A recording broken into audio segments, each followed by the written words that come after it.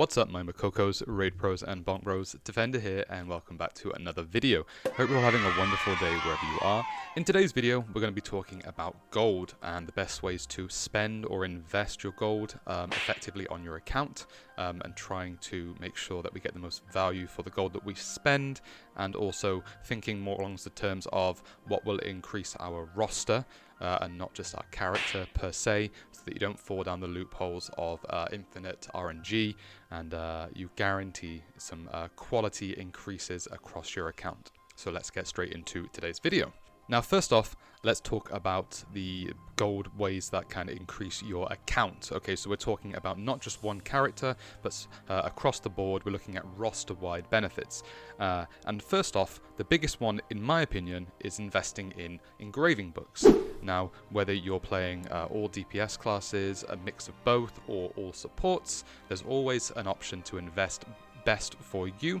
So hypothetically, let's say you're playing mostly DPS classes. I'm talking more than 2 to 3 DPS classes in your roster, not just one character, for example. And then the best investment hypothetically would be a grudge book, right? Or something along the lines of keen blunt weapon, or another S tier DPS engraving for your classes. Obviously, a lot of classes run grudge, so that's your universal. Keen blunt weapon isn't as universal as that, because some engravings negate the need for it, like Destroyer or Lone Knight on Gun Lancer, for example. Those kind of things don't need Keen Blunt because they have crit damage inherently built in. So Grudge tends to be one of the best options for all DPS, because all DPS will run it in endgame, to invest in. And this is going to mean that you can easily obtain 5x3 and save money on accessories by having Grudge books in advance, and it's going to carry you through into Ancient Gear and beyond. Now, I've myself have invested in Grudge books. It's one of the first things I worked towards when I was starting to get some passive gold income that I could spend freely outside of honing, and it took me a long time, but I eventually got it done. And what this does is it allows you to not have to buy any Grudge accessories, right? Because you're running Grudge in your engraving books, and you just need to find one relatively cheap Grudge accessory, like I have here, for example, and trying to find it on a cheaper item tends to also work better, like a ring. And this means that you can easily obtain a 5x3 with spares, okay? And even sometimes you can run a 3-3 piece, like I have here, Rage Hammer Master Brawler, because I have excess from having the plus 12 in the engraving books. Okay, so it's a huge benefit, and it means that all your characters, so if I look on my roster now, I can tell you that the first line, obviously taking away the Paladin, both use Grudge, all 3 use Grudge here, all 3 use Grudge here, and 2 out of the bottom 3 here use Grudge. So I mean, you can already tell that, so we have 10 out of my 12 characters here using that Grudge book.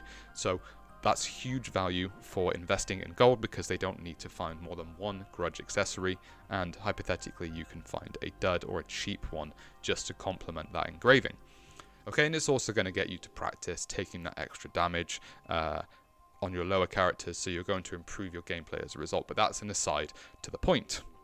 Okay, and whilst we're talking about roster, my next piece of advice is to make sure that you have 6 characters in your roster that are obtaining gold weekly. Obviously, that is the limit on Legion raid gold that you can get currently in the game, and so I would recommend that you have at least 6 characters that are obtaining gold, whether it's from, you know, Araya dungeons or Volton, Clown, etc., etc. It doesn't matter how high they are, just making sure that you have 6 characters that you can, up to 6, as much as you can play anyway, to obtain gold. Right, investing in those characters up to, I believe, at least 1460. That's my preferred breakpoint right now. It allows you to get all of the relic armor, so you can have 6 pieces of the relic set they run, and then you can run them through Volton, Vicus, and also you can run them through Argos from 3 instances.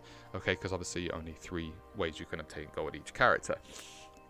So make sure you invest in 6 characters, as that will help you to return gold on your investment. So it's not a permanent increase per se on your account, but it is going to guarantee you get that maximum gold return each week. And also it's more characters that are obtaining unbound materials that you can funnel into the auction house or into certain characters, The more of those you have, the better. It's more characters doing boss rushes, more characters doing cubes, more characters that help towards your Una's tasks. It just ticks all the boxes across doing more for your account once you invest in them. So obviously the higher you take them, the better the value they will give you. But bear in mind, obviously, as you start to get into the higher levels, the costs of honing do go up. So don't just unnecessarily hone those characters past earning at least 3 Legion raids, right? Okay, so make sure maybe 1475 is a good breakpoint for alts if you don't have 6 up to that point, as that way you can get into Clown as well and get your relic set up to level 2 and also earn 3 Legion raids worth of gold. Okay, so number 3, and this is slightly off the talking about the account characters. This time we're talking about the Stronghold. Now this is still account wide, and it is something that a lot of people really don't focus on, and they really should in terms of their gold investment and returning on gold.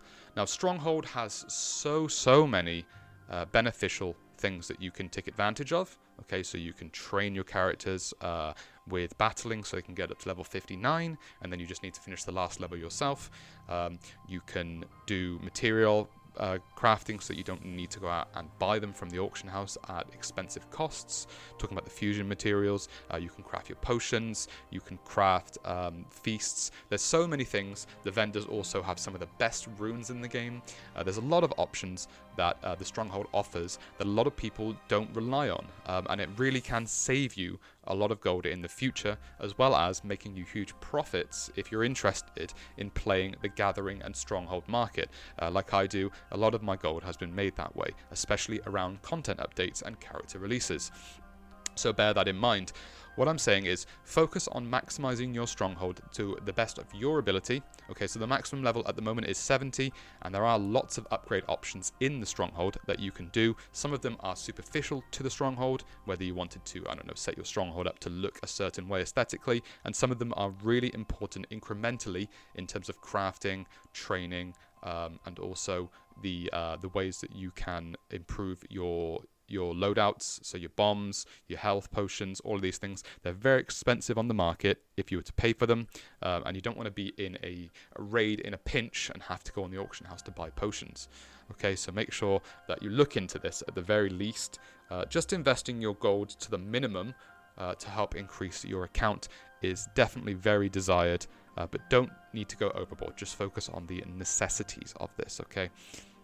So that is Stronghold, and make sure that if you haven't started your Stronghold that you do it now, because you will thank yourself later. Okay, it's going to save you so much money. And if you're interested in making money as well, I have videos done before that talk about how you can use Stronghold to help make yourself money every week, and a lot of it as well if you're interested. And I'll link that video now in the description and on the screen. Alright, so let's talk about number 4, and number 4 is, again, it's something to do with your characters, but it's not necessarily account-wide, although you can hypothetically use them for accounts, but we're talking about gems. So gems are one of your best gold investments, okay? They always have retained their market value extremely well, especially now that bots are in better control. We had some huge bans on the bot waves that got rid of them gem farming, and that helped the prices of gems go up a lot, which for some people obviously is very detrimental, but it means that the gems that you have are worth a lot more, and the gems that you upgrade, you know, they're increasing in value over time, so you're investing in holding on to an item that's constantly improving in its value. And even if it was to drop in value per se, just having those high gems always increases your character's performance. Okay, so they technically can go towards your roster, as you can trade them across your account for free, whether you were to mail them to your alts, put them in your shared storage, etc. The only downside is having to pay silver to re-roll them to that class. But you can also sell these gems later on down the line if you needed gold, or you don't want to play that class anymore and you're only interested in using it as a low-pang alt. These gems obviously are still retaining their value, and so you can sell them. Also, one of the biggest end game progressions you can do is pushing your gems up all the way to the max, and it's going to increase your cooldown and your damage. And also, if you're interested in this, rolling level 9 gems into 10 can be a way to make gold, but it's highly recommended not to, just because it's a gamble. You know, you have a 50-50 chance of making 200,000 gold or losing essentially the value of 200,000 gold. So I wouldn't recommend it personally, but it is an option I know some people have done before. But yeah, level 10 damage gems are highly desirable, so you know, working up to that always has its value. So yeah, gems. Always invest in gems. I wouldn't say go and buy gems if you don't need them, but having them always increases their value, and spending on gems when you do need them is definitely not a bad option. Okay, level 7 gems are always good to invest in on characters if they don't have level 7s yet, because it's a good parking point for a lot of characters, and I myself have aimed to keep all of my non-main characters at least level 7, right? So far at the moment, my main destroyer obviously has higher gems, but every other character below him, down to 1460 characters, they all have level 7 gems, and it means I don't get gatekept because of gems. At the very least, you know, I might get gatekept because of 1500s in the group, but I don't get gatekept because of gems. It helps hit certain cooldown and damage parts of my rotations, and it's very desirable as well. So make sure that you keep an eye on gems because they're a very good investment. Okay, so number 5, lastly, is accessories and ability stones. Now, obviously, these aren't account-wide, but accessories can hold their value if they have any trading slots left on them. But what we're talking about is getting to 5x3 whilst complementing the books that you have, the engraving books. We're looking at trying to get to 5x3 on our main 6 characters at the very least. You don't need to go over the top on quality of accessories, but it is worth looking at the price difference between the quality drops on certain items. So for example, on a ring, you know, the quality drop of 10 to 15 quality might only affect a few numbers in that combat stat. So really, it's not a big deal if you can save a lot of money dropping to lower quality. You're only losing a few stats. Obviously, the necklace, it's looking at more stat being lost, and then the earrings also lose a decent chunk of stats. So bear that in mind with the quality changes. But it is definitely recommended to try and be as cheap as possible on your accessories for alts. Okay, making sure you get the right engravings, making sure that you at least hit the bare minimum number that your character needs for that build. So obviously it's a bit different with some classes. Say for example, whether you're playing Deathblow Striker wants to hit. If you're hitting a three spender build, you do need high spec, so you can't quite cheap out on that class. But there are plenty of classes that you can cheap out on, especially with supports with their swiftness. You can definitely look at alts that only need a certain amount of spec. For example, if they're a specialization class, War Dancer is a strong one for me that I don't have an issue with my quality of my items, because with the specialization requirement, it's very easy to hit.